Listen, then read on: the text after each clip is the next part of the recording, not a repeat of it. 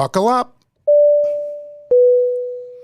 You are listening to Musicians and Beyond with John Sarabian and Mark Lawhorn, and we're going to bring you the backstage info on the life, lyrics, and long journeys of the music industry. Mark, how are you? I am fantastic. Thank you very much. That's good. Everyone's good. Your family's good? Could not be better. My daughter scored her first varsity goal this week, so wonderful. Pretty big week for us. I saw that on Facebook. The celebrations just never ended. That's true. And how about you? How's the family? Everyone is wonderful. Thank Excellent. you. Everyone is wonderful. And how's the hand? The hand is coming. It's coming. Coming slow, but you know. So last week we had Jennifer Alvarado on. That is correct. From North Carolina. North Carolina. Soon, hopefully, to be from Nashville. Yeah. Wonderful little artist, young lady, making her way down there, just about to make her way to Nashville. If she can convince her husband to make that move, that's going to be a big one for her. Yeah. But it'll be good for her career. She's done well, making good music, and I hope for the best for her. Yeah, I think we're going to hear a lot more from her in the future. Agreed. And speaking about hearing more from someone in the future, today's guest was recommended to us by Francois Simard, and we thank him. Can't thank him enough. And he couldn't talk enough about this. Well, when you have someone that's won Seabrook Idol and has impressed Francois the way she has, you talk about a lot of good things coming her way. Absolutely. This is one to watch. It is. It is. And now she's made it to the top of the food chain. She's on Musicians and Beyond with Lawhorn and Sarabian. Doesn't get any bigger than that. Let's welcome Mica Peterson. Welcome. Hi, thanks for having me. This is fantastic. You've been doing a lot out in the music world lately. I have. It's been a long time coming, but lately, the past few months, maybe even a year, have just been really kind of going in my direction. So I smile in ear to ear. That's great. And you're mostly out there, are you alone or with a band? I know you do play with your dad. I do play with my dad. We go out as family affair when we're playing, but I have a regular duo that we just call it the Mica Peterson duo, but I play a lot with Nate Comp. He's a phenom and just a superhuman being. But I also have my band, my baby, that I'm super proud of, and we're called Mica's Groove Train. The band's been around since 2010, but it has been in most recent years that it's really kind of begun to take off. So we've been afforded some very cool opportunities, and seems like those opportunities are still coming. So I'm really excited. Yeah, that's awesome. And I was listening to a song earlier, and it was crazy good. And it took me back a few years. You're probably too young to know the old Beretta show, but Sammy Davis Jr. had the theme song to that. And if you haven't heard it, you should go back and listen to it, because that's where you brought me to. The rhythm of the song, the little...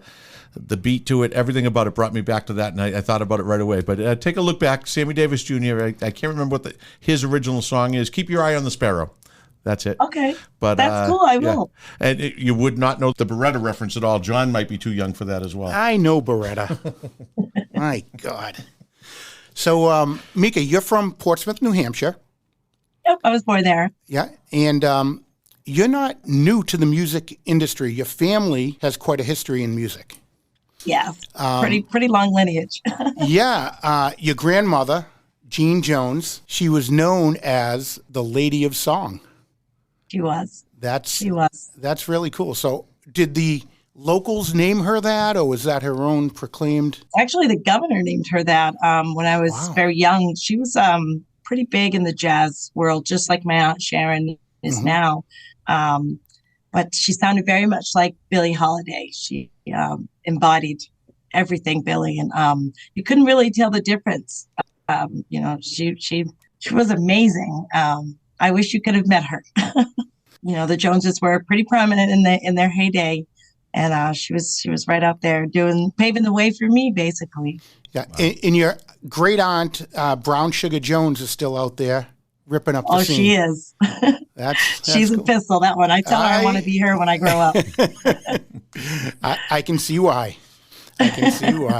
So is that what inspired you to start your musical career, is looking at your family members and say, geez, I want to do that? That's a hard question, because I've been singing all my life. Like, my whole family in some way is musical. But from a stage standpoint, I really didn't start until I moved back home. I moved away for high school and get married, and then I moved back home early 2000s. But my dad had a pretty well-established band, and I used to go and see him all the time. And I mean, I could sing, so he would get me up there, and I was terrified. I would stand there like a deer in headlights, shaking like a leaf. And then I'm not really sure. I got to meet some people in the industry, and then it started feeling like home. And now I couldn't imagine like not doing it. I mean, my aunt's well up there in age. My dad is in his 70s as well, and if they're still doing it at that age, that means there's hope for me. But I've definitely evolved as a musician. Wow, that's cool. And your first stage performance, you were only 3 years old. Yes, it was in church. It was in church? Yep, I had a solo part. You did? Do you remember what you sang? I can remember the melody, but not so much the words. Okay. I was very, very young then. I'm much older than I look, so trying to reach back that far would be tough. But so it all started at the age of 3. Yeah, probably in the womb, to be quite honest. I mean, I tell people I grew up in 4-part harmony because I have 2 sisters, my mother and my sisters and I. We would all grab a part and just hang out in the kitchen, either making dinner or whatever it was. My aunts, when my mother was with my aunt, we'd all do the same thing with my grandmother. Even my grandfather sang. So when if we're all in a room, there's going to be some singing going on. Wow, that's cool. Making memories and making melodies. It sounds like a good name for an album. Yeah. Making melodies and making memories. And this is why he's on a podcast. So, Mica, how do people find out about you and your band and where you're going to be and your social media? Well, there's a couple places. The band website is micasgroovetrain.com, just all smushed into one word. And then there's my personal website, which tells what I'm doing with my dad, with any duo, any trio. And that's Ms. like MS, YamicaPeterson.com.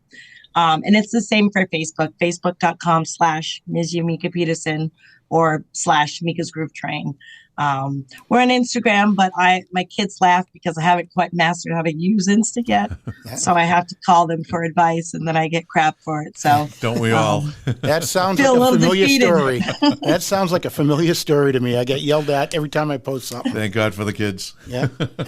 Yeah, I haven't asked them in a while, but at least they do tell me. They give me, crap first, then they help me. So I haven't given up. I do have Instagram pages. I'm just not on there all the time. They know everything, don't they? They do. Yeah. They do. Are your kids into music at all? All of them, really. Some of them are far too shy to perform, but you can catch them. I can catch them at home and stop doing their thing. But my oldest daughter, she has been with me pretty regularly over the last year. Her name is Sierra, and she is the most amazing person to have standing beside me on stage because our harmonies are natural, and we've been singing together since she was born. Yeah. So it's a very everything is always candid. It's never worked out ahead of time, and we kind of do that on purpose because you never know what magic will happen. Could be the same song a different night, and 2 different performances you'll get, but it's always magic. So I'm really thankful for her. She's my joy. Yeah. That's great that you can make memories with your daughter. Yeah, so, I kind of get a little inkling as to how my dad might feel now. Where do you fit in genre? Jazz, R&B? What is your genre that you like to consider yourself associated with? I've been asked this question many times, and I'm sorry, but I don't have a firm, concrete answer. So it's kind of funky soul. If I had to put a tag to it, that's what I can think of because it's soulful. But I'm a sucker for a rhythm section, for a funky rhythm section. So I have to have that element too. I love everything. My dad constantly accuses me of wanting to sing every song ever made. It's not true, just most of them. So as far as my stuff goes, my favorite artists are my parents, so I don't really know how to answer. That's awesome. We're just who we are, and I would love for someone to say what they thought, because then I might agree, might disagree, but for now we'll just call it funky soul. So you do sing with your father a lot. What is your favorite song to sing with him? Oh gosh, either Cruising or Up on the Roof. Oh wow, because they just have killer harmony. So awesome. But I like singing anything with him. He's amazing. So for our listeners, you are listening to Musicians and Beyond, and we have Mica Peterson on Zoom with us, and she's telling us about her life and music and what's up and coming. And I think this might be a good time to play one of her songs. We're going to play Heaven for You. And then we're going to have Mica tell us about how she came up with the lyrics and the song idea for that. So, ladies and gentlemen, here is Mica Peterson with Heaven for You.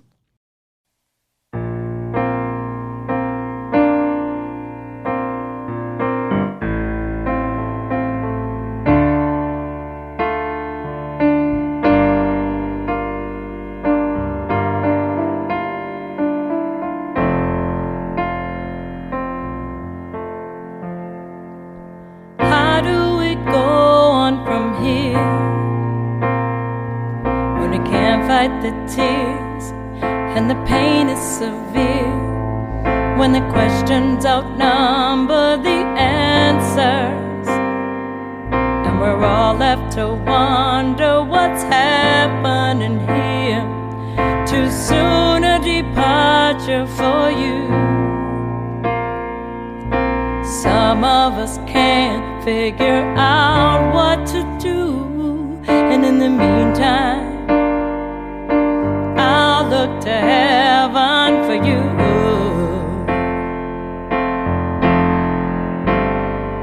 If there's one thing I learned from being your friend, is that life may be short, but the music don't end. And if life is music and music is song, I will keep singing, I'm gonna keep keeping on.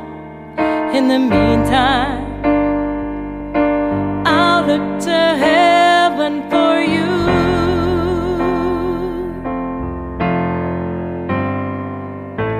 I made this promise to you. I remember the things that you taught me to do. I'll keep writing music, I promise you that. And I'll do my best to get out of B flat. But this one we started together. Now I'm on my own, so I'll finish alone. And in the meantime, I'll look to heaven for you.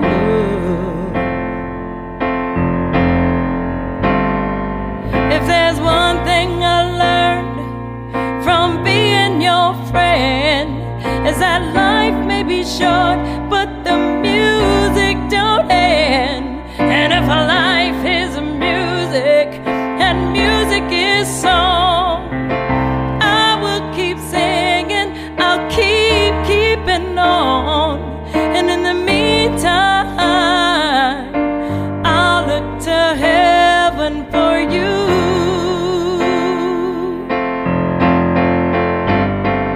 If there's one thing I learned from being your friend, is that life may be short, but the music don't end. And if life is music and music is song, I will keep singing, I'll keep keeping on.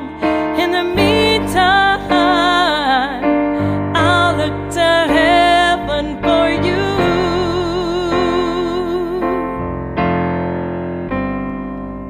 In the meantime,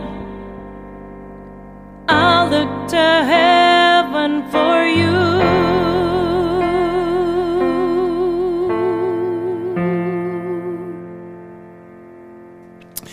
That was Mica Peterson with Heaven for You. Mica, could you tell us a little bit about that song?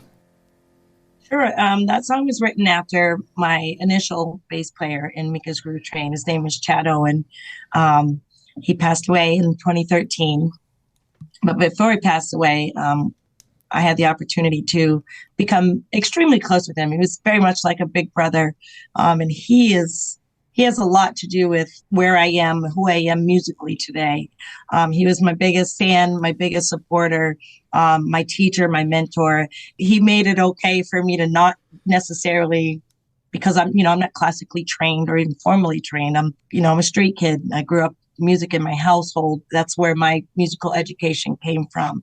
It never came from a book or anything like that. And he just I was always bothered by that and felt I wasn't, I couldn't really be on another person's level because of that. But he made me understand that was not the case, and that I there was something there. So we would end up writing together, and just more than best friends. We were absolutely family. And when he passed, just something kind of broke. My heart broke, among other things, along with a lot of other people. Chad was amazing, and there wasn't one person that came across him that wasn't touched by him. So his loss was great. And, when you're a songwriter and you're lamenting, the best recourse is to write a song. And I wrote that as I was just feeling awfully low, and I mulling over thoughts in my head, but I could hear him laughing at those thoughts I was having, because he was a total prankster, absolutely sentimental, but you really have to be, on a certain page to get that. Mostly you're going to get jokes and humor. But I could hear him picking on me and laughing. And I just ended up, I remember I was sitting looking out the window at my piano, and I ended up smiling, and just kind of took that deep breath and pressed on the keys and went with the first chord I hit. And that's how that song was born. The words are obviously very personal for me, but when it was completed, I realized that, wow, there's probably lots of people who can relate to this, because we all know loss. But for me, that was my way of healing. And it took years in the making to even do that. But he would laugh. He would totally laugh at that song. Yeah, well, listening to the song, you can tell it's really heartfelt, in that there was a good story, deep story behind it. And we appreciate you sharing that with us, because I think our listeners, are real curious how a song is written. Especially when it sounds so emotional and it brings out, when people can relate to it, you've done something not just for yourself, but for others. And when people... Absolutely. Yeah, so I imagine that's why songwriters do that. It's not just about the inner effect. It's about what the audience is going to take from it. And if you can bring that same emotion or bring out that same emotion from someone, you've done your job. Yeah, you're absolutely right. I didn't, at the time when I was writing it, I wasn't thinking like, I hope people will like this. And when I was done with it and the finished product came out, and, as people listened to it, I was really kind of humbled, and I'm constantly touched by how deeply someone can be affected, by my music, because I'm affected all the time by others, by others' songs or poems or what have you. And I don't think I haven't gave it a thought at the time that that could happen the other way. So it's just really humbling and emotional. It's always emotional. Like I'm tearing up now just thinking about it. That my loss could actually what came of my loss ends up being a comfort to someone else who experienced the same thing. Then that can't be wrong. Can't be wrong at all. Right. What a feeling that must be to be able to put something down on paper and into notes, and have someone sitting in the crowd being so affected. It's pretty amazing. It really pretty is. Amazing. Cool. I wasn't sure I would let anyone hear it. It took me, I don't know, years to be able to sing it without crying. So I'm sure. Yeah. It sat tucked away for a while, but I could hear him just basically chastising me about that too. So it's like, you know what? I need to just get off my soapbox and do what I'm supposed to be doing. So I love it. I think he's smiling now. And besides your voice, you play the piano. What other instruments do you partake in? Use the piano. I wouldn't say, excuse me. I don't know. I've heard it. It sounds pretty damn good. I use it as a writing tool. You use it well. Thank you. So I don't know how to play that either. I just fool around until I find the right note. But, I play by ear, so I can sit down and figure something out relatively, but it's not my first love. Like I love to sing. And I like to sing with others because those harmonies are everything, where it's at, and I don't like to play alone because what fun is that? Right. I like energy. I feed off of the person I'm playing with because that's when magic occurs. If you have chemistry, good things happen. So who is playing with you in your band? Who do you have out there with you when you're playing a gig? I have a monster drummer. what he lacks for in height, he makes up for it in just pure rhythmic power. His name is Joey Rizzo. And my guitarist, his name is Paul Lessard. And man, when he plays, I mean, the world just stops. Everybody just stops. You have to, because he's just fantastic. Then there's my daughter who sings along with me. And my bass player, I'm getting a big old, you know what, eating grin right now, because he is just a beast. His name is Stacy Bug. And he plays that thing. There's smoke coming out of it when he's done. Just they're all amazing. And I am so fortunate. I consider myself one of the luckiest vocalists in this whole area, probably all of New England, because I get to play with such stellar musicians, and they're stellar human beings too.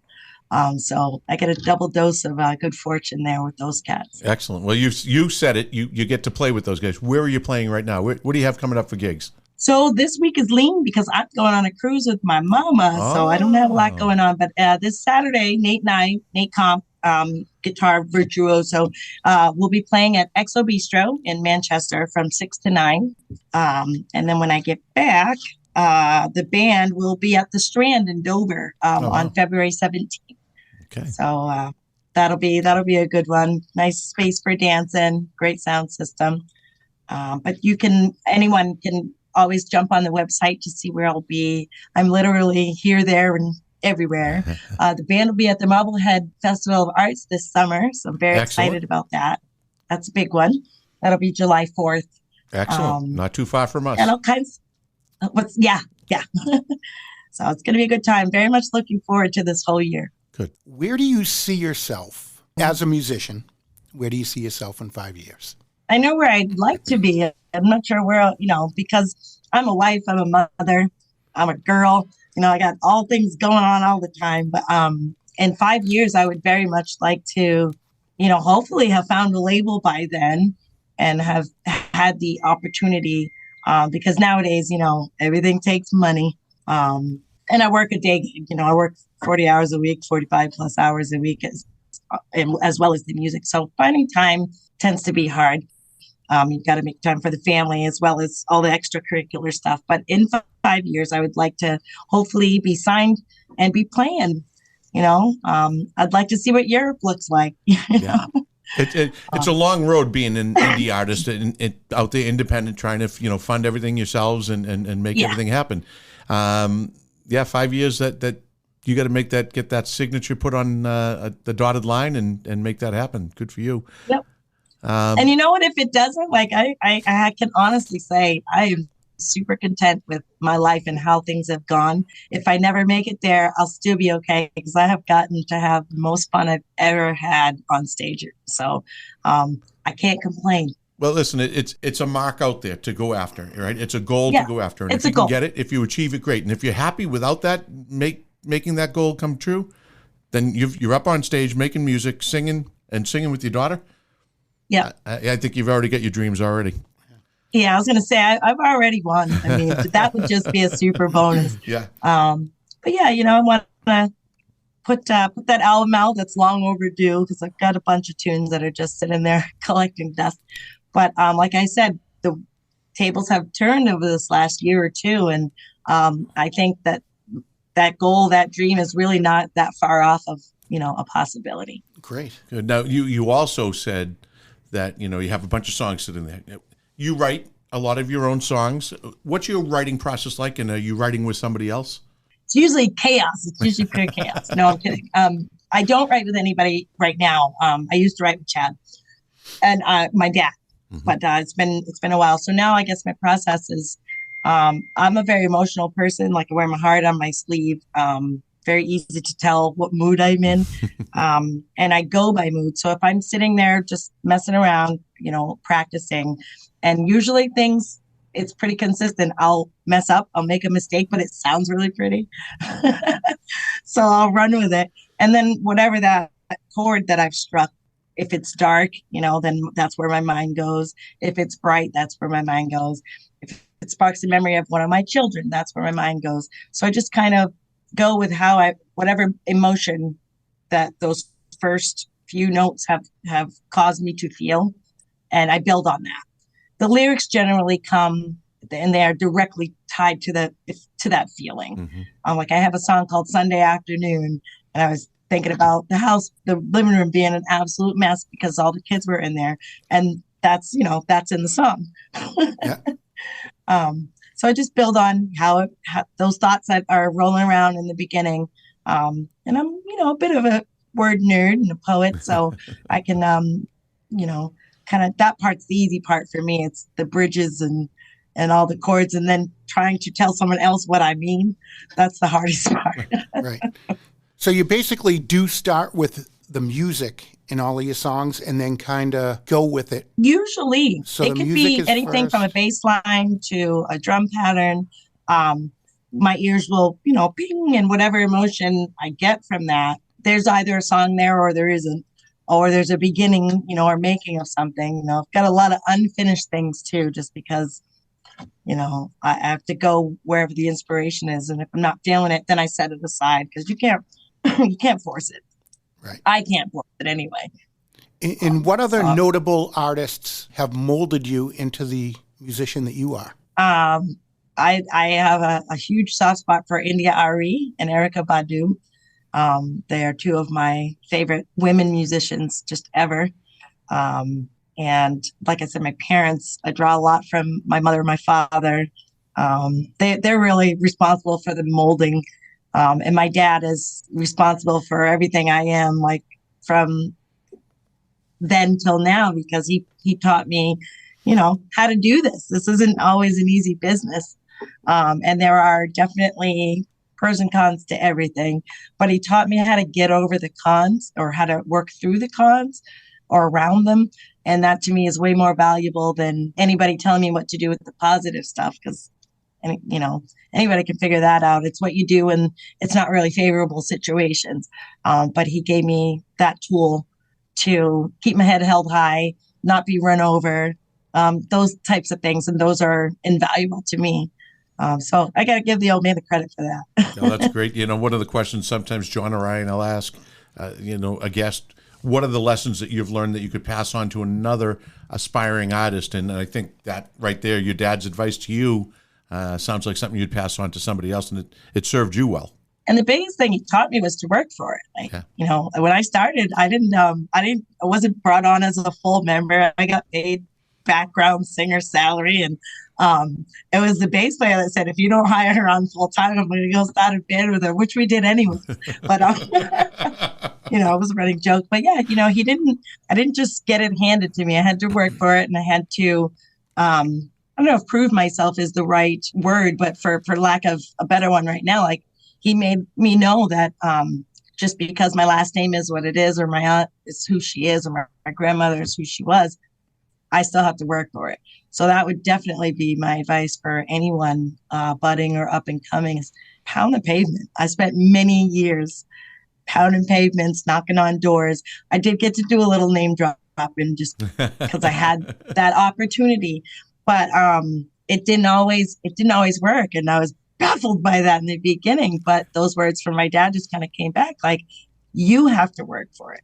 So it's, unless you're born to like Hollywood parents or these megastars, you got to work for it. So nice. And don't stop, because if you stop, then you become irrelevant, so to speak.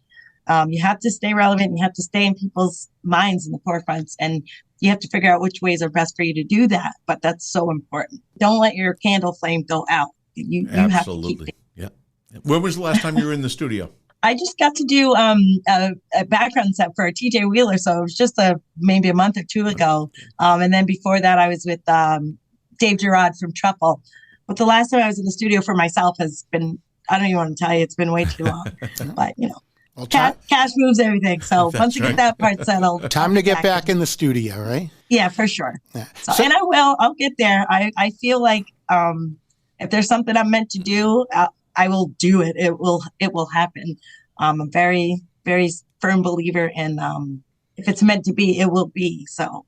Well, let me ask you, where were you when you were out in Tucson? Where? And what brought you back? I mean, when you were out in Arizona, and what brought you back?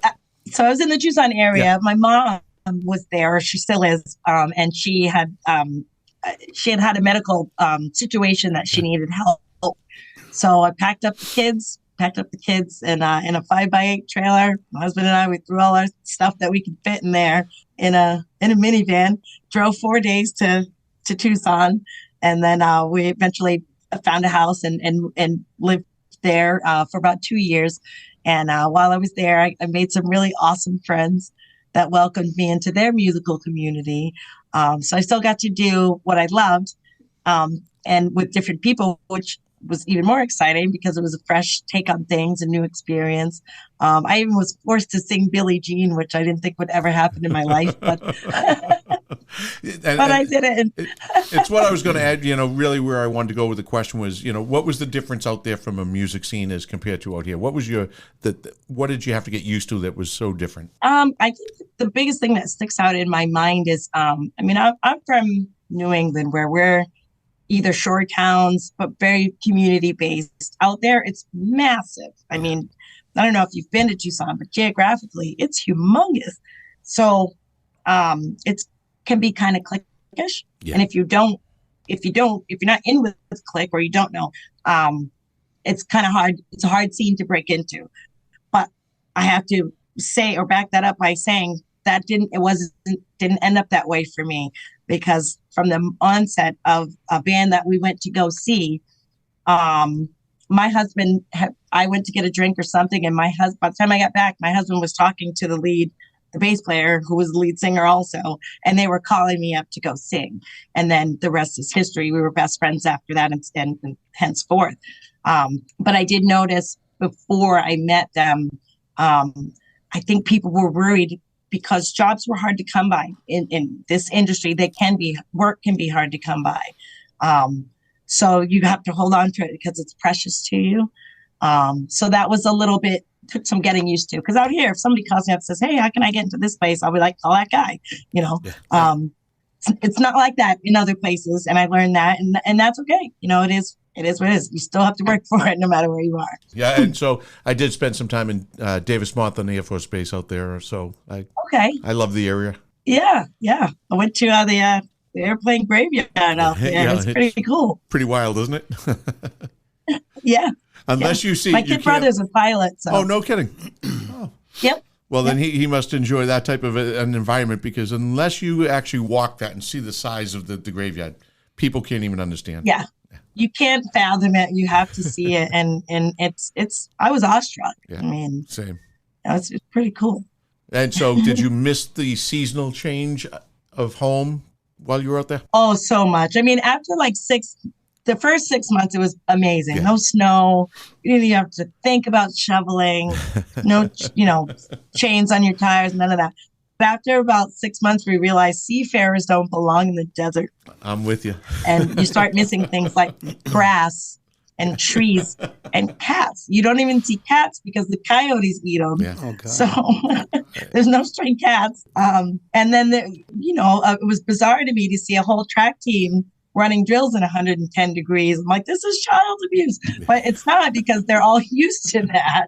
And that's how they roll. But yeah, I learned what dry heat means. Oh, yeah. Oh, it's a thing. It really is. It's a thing. But that was the biggest thing I missed, was the seasonal changes and being able to enjoy that. So, I mean, who gets mad? It's like, where's the clouds? Like, I should be happy there's no clouds. When I walk outside to the 8th day of no clouds, I'm like, this is ridiculous. I think after a year out there, I would be singing if I was a songwriter, I'd write the saddest songs. That's how I'd be. I ended up being where I wrote Heaven for You, funny enough. But that's funny. So, Mica, you have a huge catalog. Do you have one favorite song that you have written in your catalog? I know they're all really good because I've listened to a handful of them. But is there one that just jumps out at you? One of my own tunes? Yes. It's probably the saddest one of all, which is, it's called Go If You Want To. Okay. And it's basically self-explanatory, but, it's basically a person who's in a relationship that's not panning out, and she finally just decides, hey, if you want to go if you want to. And that's the gist of that. It's very self-explanatory if you listen to it. You can tell the mood I was in when I wrote it. Glad you can laugh about it now. Yeah. So I either write personal experiences, or I will write. I've written about things that I have firsthand witnessed, by either a family member or a friend. So I've got a couple out there that aren't really about me. I just put into words and feelings my interpretation of what I saw happen. So they're not always like extremely personal to me. I do have some connection. Either I knew the person that I'm singing about, or it was me, or, very close to whatever the situation was. But they're generally never like true fabrications or fiction. There's always an element of truth in every song. It's funny you say that. We had a guest on last week, Matt O'Coin, out of Houston, Texas, and Matt wrote a song, and I watched the video, and it was very emotional and very heartfelt about a son wishing his father was still here. And Matt felt like he didn't want to put that song on an album because he didn't have an emotional connection to it. It's just a song that came about. And many people called after they heard him sing the song and said, "Oh, geez, what happened to your dad?" And he's like, "My dad's fine." And so he was really conflicted. So you don't think about that, or when you listen to a song, you think that every album or every song has a connection to someone's, that writer or that singer's personal experience. Not always the case. No, for sure. And what we were talking about before, how that a song can evoke certain emotions. He finally went with it because many people said, "Well, listen, it sounds like my story. It sounds like what happened with my dad, or his dad had wished he had that with his father who passed away when he was young." So he didn't think he had an emotional connection until everyone around him started talking about it. So it's interesting how that can happen. Yep. And then you realize, wow, you do have, some sort of 6th degree of separation, but it's there. That's I think music is a fabric that weaves us all together, no matter where we're from. What our backgrounds are, there is commonality, within music. So. Excellent. Is there anything else that you want to enlighten us on? Did I tell you I have 5 kids? Let's hear about it. You got 5 kids? How old are they? I do. So my oldest is Sierra, who sings with me. She's 27. I have twins, a boy and a girl, and they will be 21 this year. Wow. And I have a daughter who will be 18 and a daughter who will be 16 on Monday. Wow. Happy birthday to her. Sounds like you have your hands full over there at the Peterson house. Regular Brady Bunch. Yeah, I guess so. Except we have 2 bathrooms. So when you're singing, are they all singing with you at some point at home? And is there a chance we'll see them on stage, all of them on stage with you at some point in life? I highly doubt it, but that would be a mama's dream come true. 3 of them have terrible stage fright. No kidding. There are 2 that I can talk into going up there with me. They're all talented. I have artists. I have, kids who draw, kids who build, kids who can build a computer. Like I can't do any of that stuff, but they all each have their pocket in this world, and I'm really pumped to see what they do with it. That's great. And if they never get on stage, as long as they live out their dreams, I'll be content with that. Now, is the husband toting around the piano or the keyboards for you, or is he making you do that yourself? He lifts the heavy stuff. Does he? He's the garter of the body. He's the lifter of the heavy things. He's the knob turner to make sure that we all sound good and we're not squealing away. We all have our role to play. Yeah. Awesome. So he's great, though. Good. Fantastic. Again, Mica, could you just tell our listeners how they can find you? Sure. You can hop on micasgroovetrain.com or MsYamicaPeterson.com, and same way on Facebook. And you can find both of those on Instagram as well. Might be a little outdated, but I am there. Excellent. Websites, there are phone numbers for booking and things of that nature. Excellent. So there's a good question. What's the farthest you'll go for a booking? Where is the furthest distance you'll play? We'll play anywhere. I mean, as long as at least the gas is covered and the compensation's decent. Yeah. Me, I'll go to the Maldives. Like I don't some of my older bandmates might disagree with me, but for right now, I'd say our radius is Marblehead to York, Maine. Okay, good. Marblehead, Excellent. Mass to York, Maine. Yeah. We get around. We've been afforded some opportunities to go a little far from home, get up to the mountains, down to the seacoast. So it's pretty spread out, and I kind of like it because we're never in the same place for very long. So we get to see a little bit of the seacoast. It's It's a big seacoast. When was the last time you played around the Boston area? In Boston, I've not gotten to play in Boston. Well, It's a hard market to break into. It's We're funny. going to have to make that happen. Yeah, that would be great. I have a story about that. We can talk about it off camera. We can do that. I look forward to it. But yeah. So if anybody in Boston's out there, yeah, I'd love to go play there. Yeah, they definitely won't be disappointed. Absolutely not. No, you've got a lot of talents. And we're speaking with Mica Peterson, and you are listening to Musicians and Beyond. And we want you to go follow us, follow her, download some of her music, support her and her endeavors in the music industry. And you'll find all the locations to locate Mica on our @Musicians and Beyond on any one of our social media platforms. Follow us, subscribe to our YouTube channel. Make sure you follow Mica, and make sure you find her in one of the locations she will be playing in the next few months. Get out there and see her. We'll send them out there. Mica, we want to thank you again for taking your time and chatting with us and telling us all those cool stories that you got going on. Well, thanks so much for having me. This is really cool. It's a pleasure. Yeah, we really enjoyed it, and we want to thank you for being our friend. Sure. Big shout out to Frank Simon, my crazy Frenchman. Yeah, that he is. Oui, oui.